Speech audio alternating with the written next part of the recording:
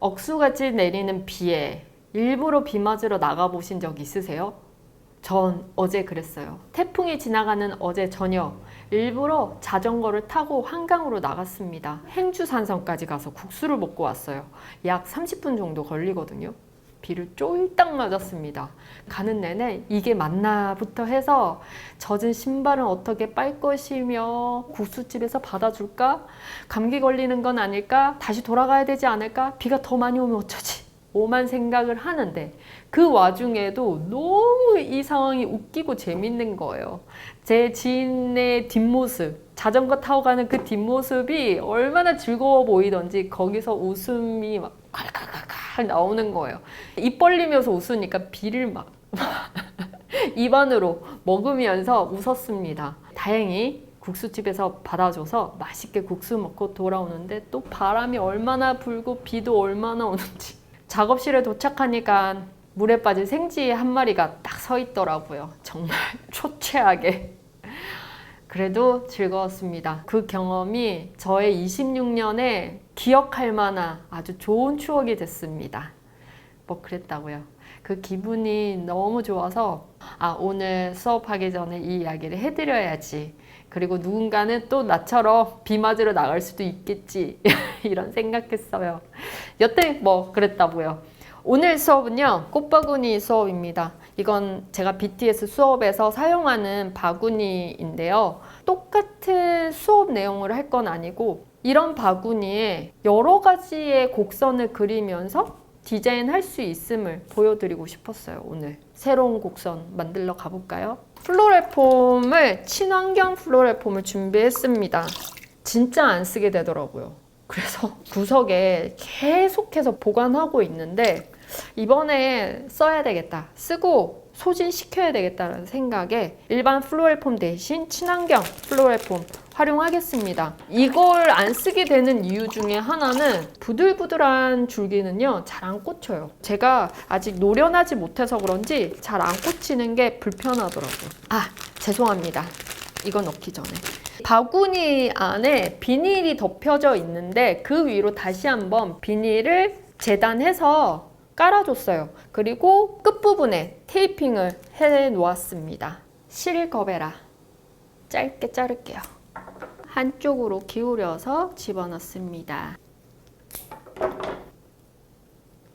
한쪽으로 기울여서 세 송이를 넣어줬고요. 마지막 한 송이는 기울기를 옆으로 반대편을 쳐다보면서 기울여줍니다. 신지매 이파리는 다 제거했고요. 위에 꽃부분만 활용을 할 거예요. 짧게 잘라서 거베라 주변에 채워주기를 해주고요. 뒷부분에도 채워줍니다. 거베라를 한쪽으로 기울인 게 보이죠? 대부분 꽃들이 같은 방향으로 움직이게 해줘서 방향성이 정확하게 느껴지게 해주면 제가 원하는 디자인의 의도가 더 분명해집니다. 제가 사실 오늘 이 촬영을 어제 했어야 됐는데 너무 날이 어두컴컴해지니까 오늘까지 미뤘거든요. 그 미루는 사이에 신지매의 꽃이 살짝 이제 말라가는 게 있어가지고 아쉽습니다. 카라입니다. 살짝 기울여 볼까 봐요. 엄지와 검지를 활용해서 줄기를 살짝 구부려 주면서 천천히 위로 또는 아래로 밀어주면 일직선이었던 줄기가 살짝 뉘어집니다. 튤립이나 카라 같은 줄기는요, 사선으로 잘라서 플로레폼에 넣어도 상관은 없지만 반듯하게 잘라주는 게 꽃 꽂기가 훨씬 수월합니다.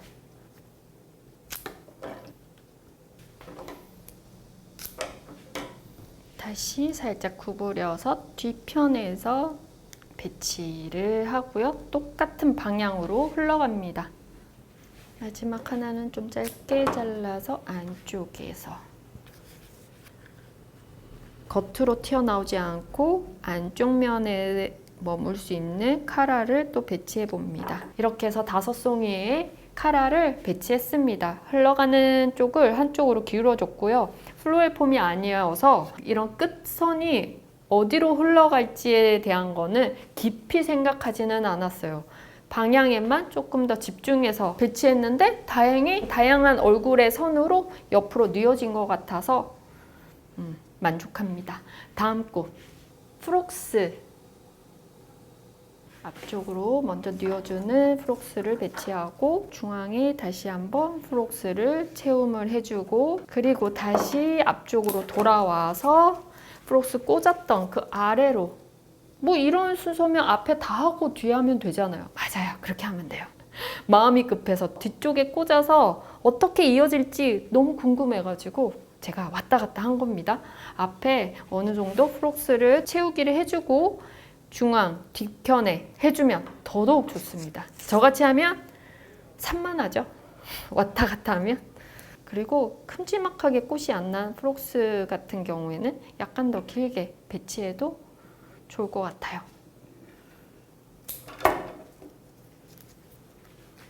뒤에는 너무 튀어나오지 않게 오늘 디자인 해봅니다. 아가판서스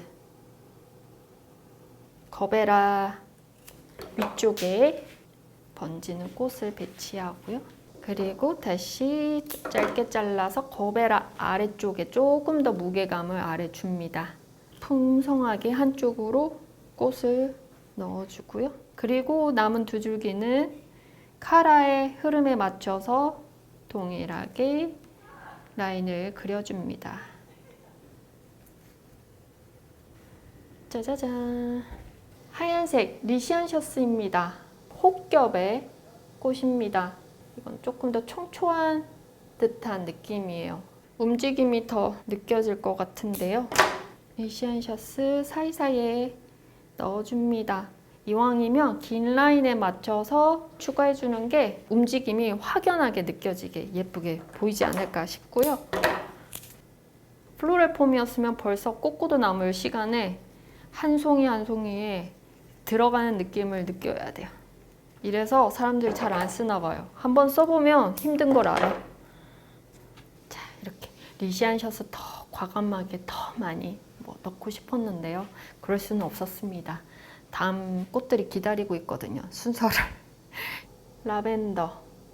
이 정도의 종류의 꽃이면 충분하고 여기에서 이제 똑같은 꽃들을 더 추가해서 마무리해도 좋은데요. 저는 심심하거든요.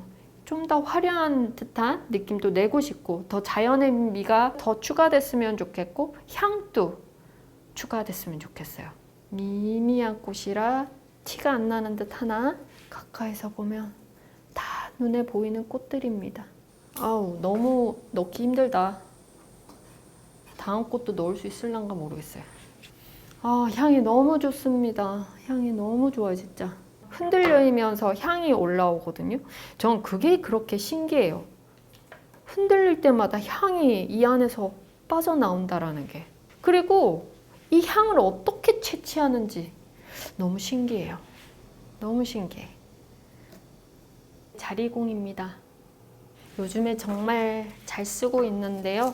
너무 귀여워서 색깔조차도 너무 사랑스러워서 그리고 가격도 너무 좋고 지금 이 계절에 만날 수 있는 자리공이잖아요. 그래서 안 살 수가 없었어요. 아, 넣고 싶은데 플로럴 폼이었으면 어디든 넣기가 너무 편한데 단점이 많네. 이 들어갈 수 있는 양이 너무 적습니다. 중간에 제가 넣을 수 있을까요? 능력이 될까? 넣어봅시다.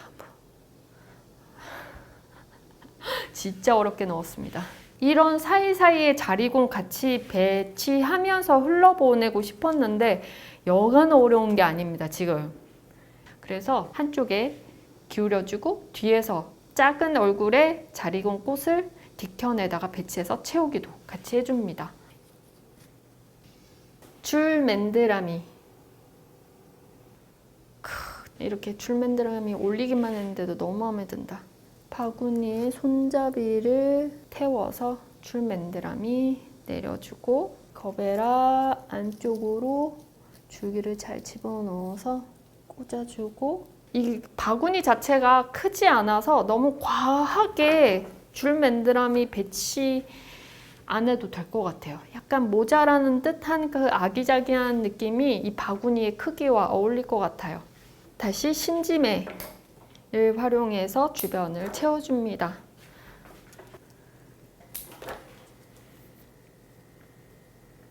뒤쪽에는 앞면에서 가장 많이 보이는 카라, 거베라, 아가판서스 같은 꽃은 들어가지 않고요. 작은 꽃 위주로 배치했습니다. 앞에 흘러가는 방향에 걸림돌이 되지 않도록 적당하게 안쪽으로 눌러주면서 배치했고요. 그리고 이 정면에서 가장 강렬하게 제가 원하는 흐름을 만들어 주었습니다. 오늘 색감 너무 만족스럽습니다. 안 그래도 바깥 기운 습하고 더운데 편백나무 숲에 들어온 듯 시원하고 깔끔한 그런 향이 들어오는 듯 그런 느낌이 느껴지는데 나만 그런가? 네, 그럼 여러분 오늘도 한번 달려봅시다.